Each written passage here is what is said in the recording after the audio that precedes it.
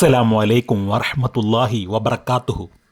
ഏകദേശം 1.5 മാസം മുൻപാണ് മലപ്പുറം ജില്ലയിലെ തിരൂരങ്ങാടിയിലെ പടിക്കലിൽ നിന്നും ഷെഫീറിനെയും ഷെഫീറിൻ്റെ മകളായ ഇനായ മെഹറിനെയും കാണാതാകുന്നത്.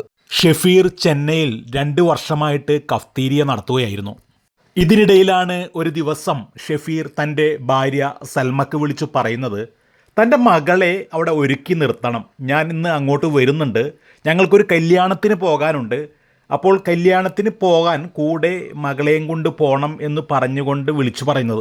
അതിനുശേഷം സൽമയുടെ വീട്ടിൽ വന്നുകൊണ്ട്, അഥവാ ഈ ഷെഫീറിൻ്റെ ഭാര്യ വീട്ടിൽ വന്നുകൊണ്ട് മെഹറിനെയും കൊണ്ട് കല്യാണത്തിന് പോണ് എന്ന് പറഞ്ഞുകൊണ്ട് പോവുകയായിരുന്നു. പിന്നീട് 2 ദിവസം കഴിഞ്ഞപ്പോൾ കൊണ്ടോട്ടിയിലെ ഒരു ലോഡ്ജിൽ കാണുകയും ഷെഫീറിൻ്റെ കൂടെ വേറൊരു ബംഗാളി സ്വദേശിയായ ഒരു പെണ്ണിനെയും ആ പെണ്ണിൻ്റെ മകളെയും നമ്മൾ കണ്ടെത്തിയിരുന്നു.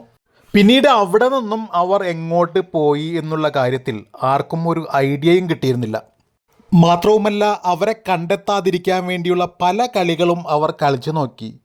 എന്തെന്നാൽ അവർ ഇലക്ട്രോണിക്സ് മാധ്യമങ്ങൾ അഥവാ മൊബൈലുകളോ അതല്ലെങ്കിൽ മറ്റുമുള്ള ബാങ്ക് ട്രാൻസാക്ഷനോ ഒന്നും തന്നെ ചെയ്തിരുന്നില്ല. അതിന് മുൻപേ തന്നെ അവർ ഒളിച്ചോടുന്നതിന് മുൻപേ തന്നെ പൈസയെല്ലാം വിത്ഡ്രോ ചെയ്ത് വെച്ചിട്ടുണ്ടായിരുന്നു, ഇപ്പോൾ കയ്യിൽ വെച്ചിട്ടുണ്ടായിരുന്നു. അതുകൊണ്ട് തന്നെ അങ്ങനെയുള്ള ട്രാൻസാക്ഷനൊന്നും അവർ നടത്തിയിരുന്നില്ല. പിന്നീട് തിരൂരങ്ങാടിയിലെ പോലീസ് സംഘം മുംബൈയിലും ചെന്നൈയിലും മറ്റുമുള്ള ഒരുപാട് സ്ഥലങ്ങളിലൊക്കെ അന്വേഷണം നടത്തിക്കൊണ്ടിരുന്നു. പക്ഷേ അവിടെ നിന്നും ഒരു തുമ്പും കിട്ടിയില്ല. പിന്നീടാണ് തിരൂരങ്ങാടി പോലീസിൻ്റെ ഏകദേശം ഒരു ടീം ബംഗാളിയിലേക്ക് പോകുന്നത്. പശ്ചിമ ബംഗാളിൽ പോയി, കൊൽക്കത്തയിൽ പോയി, അവിടെ നിന്നും ഈ പറയപ്പെട്ട പെൺകുട്ടിയുടെ വീട്ടിൽ ചെല്ലുകയും അവിടെ ചെന്ന് അന്വേഷണങ്ങൾ നടത്തുകയും ചെയ്തിട്ടുണ്ടായിരുന്നു. പിന്നീട് പോലീസ് സംഘം പശ്ചിമ ബംഗാളിലെ കൊൽക്കത്തയിൽ തന്നെ തങ്ങുകയും അവരുടെ പുതിയ മൊബൈലും നമ്പറും ഉപയോഗിച്ചുകൊണ്ട് അവരെ കണ്ടെത്തിക്കൊണ്ട് പിന്നീട് തിരൂരങ്ങാടിയിലേക്ക് കൊണ്ടുവരികയായിരുന്നു. ഈ ഷെഫീറിൻ്റെ ഭാര്യയ്ക്ക് വിവാഹ സമയത്ത് ലഭിച്ച സ്വർണ്ണാഭരണങ്ങൾ മുഴുവൻ 4 വർഷത്തിനിടെ വിറ്റ് തുലച്ചു.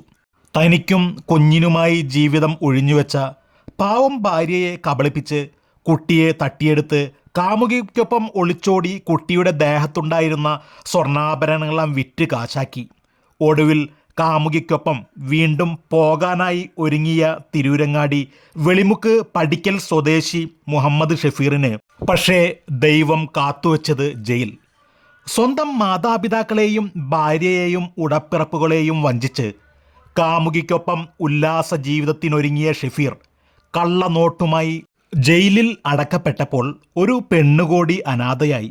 താൻ നൊന്ത് പ്രസവിച്ച ഒരു അമ്മയാണെന്നോർക്കാതെ ഷെഫീറിനൊപ്പം തട്ടിക്കൊണ്ട് പോകലിന് കൂട്ടിനിത്ത കാമുകി സഞ്ജിത ചാറ്റർജി സഞ്ജിതക്കും ദൈവം നൽകിയ ശിക്ഷയാകും ഇത്.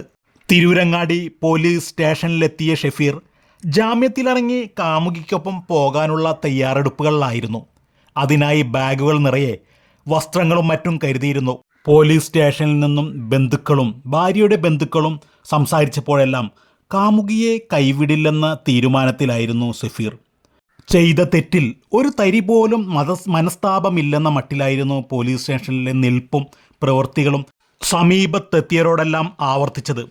കാമുകിക്കൊപ്പം ജീവിക്കാനാണ് തീരുമാനം എന്ന നിലപാടായിരുന്നു പോലീസ് സ്റ്റേഷനിലകത്തും. കുഞ്ഞിൻ്റെ ദേഹത്ത് കാണാതായ സ്വർണ്ണാഭരണങ്ങൾ ബാഗിൽ ഒളിപ്പിച്ചിട്ടുണ്ടാകുമെന്ന സംശയത്തെ തുടർന്നുള്ള പരിശോധനയാണ് ഷെഫീറിൻ്റെ കണക്കുകൂട്ടലുകളെല്ലാം തെറ്റിച്ചത്. കോടതിയിൽ ഹാജരാക്കുന്നതിൻ്റെ മുന്നോടിയായുള്ള വൈദ്യപരിശോധന ഉൾപ്പെടെ പൂർത്തിയാക്കി നിൽക്കുന്നതിനിടയിൽ ആയിരുന്നു ജയിലിലേക്ക് വഴി തുറന്ന സംഭവങ്ങൾ ഉണ്ടാകുന്നത്. ബന്ധുക്കളുടെ അഭ്യർത്ഥന മാനിച്ച് ബാഗ് പരിശോധിച്ചപ്പോഴാണ് 4 ലക്ഷം രൂപയുടെ കള്ളനോട്ട് കണ്ടെത്തുകയും പോലീസ് പുതിയ കേസ് രജിസ്റ്റർ ചെയ്യുകയും ചെയ്യുന്നത്. അതുവരെയും കുട്ടിയെ തട്ടിക്കൊണ്ടു പോയിട്ടും ജാമ്യം ലഭിക്കാവുന്ന കുറ്റങ്ങൾ മാത്രമാണ് പോലീസ് ഷെഫീറിനെതിരെ ചുമത്തിയിരുന്നത്. 1 വയസ്സു മാത്രമുള്ള കുട്ടിയായിരുന്നിട്ടും കൊണ്ടുപോയത് പിതാവാണെന്ന കാരണമാണ് പോലീസ് ചൂണ്ടിക്കാണിച്ചിരുന്നത്. അതുകൊണ്ട് തന്നെ കോടതിയിൽ ഹാജരാക്കുന്നതോടെ പുറത്തിറങ്ങാനുള്ള തയ്യാറെടുപ്പുകളിലായിരുന്നു ഷെഫീർ. 3 വർഷം വരെ തടവ് ലഭിക്കുന്ന കേസിലാണ് ഇപ്പോൾ ഷെഫീർ റിമാൻഡിൽ കഴിയുന്നത്. ഇതിനിടയിൽ പല ചാനലുകളും ഷെഫീറും ഷെഫീറിൻ്റെ ഭാര്യയായ സൽമയും തമ്മിലുള്ള വിവാഹബന്ധം വേർപെടുത്താൻ പോകുന്നു എന്നുള്ള ന്യൂസുകൾ കേൾക്കാൻ സാധിച്ചിട്ടുണ്ടായിരുന്നു. പക്ഷേ അത് സത്യമല്ല എന്നാണ് അറിയാൻ കഴിയുന്നത്. കൂടാതെ ഷെഫീറിനെ ജാമ്യത്തിൽ ഇറക്കാനുള്ള കാര്യങ്ങളും നടക്കുന്നുണ്ട് എന്നും അറിയാൻ സാധിച്ചു.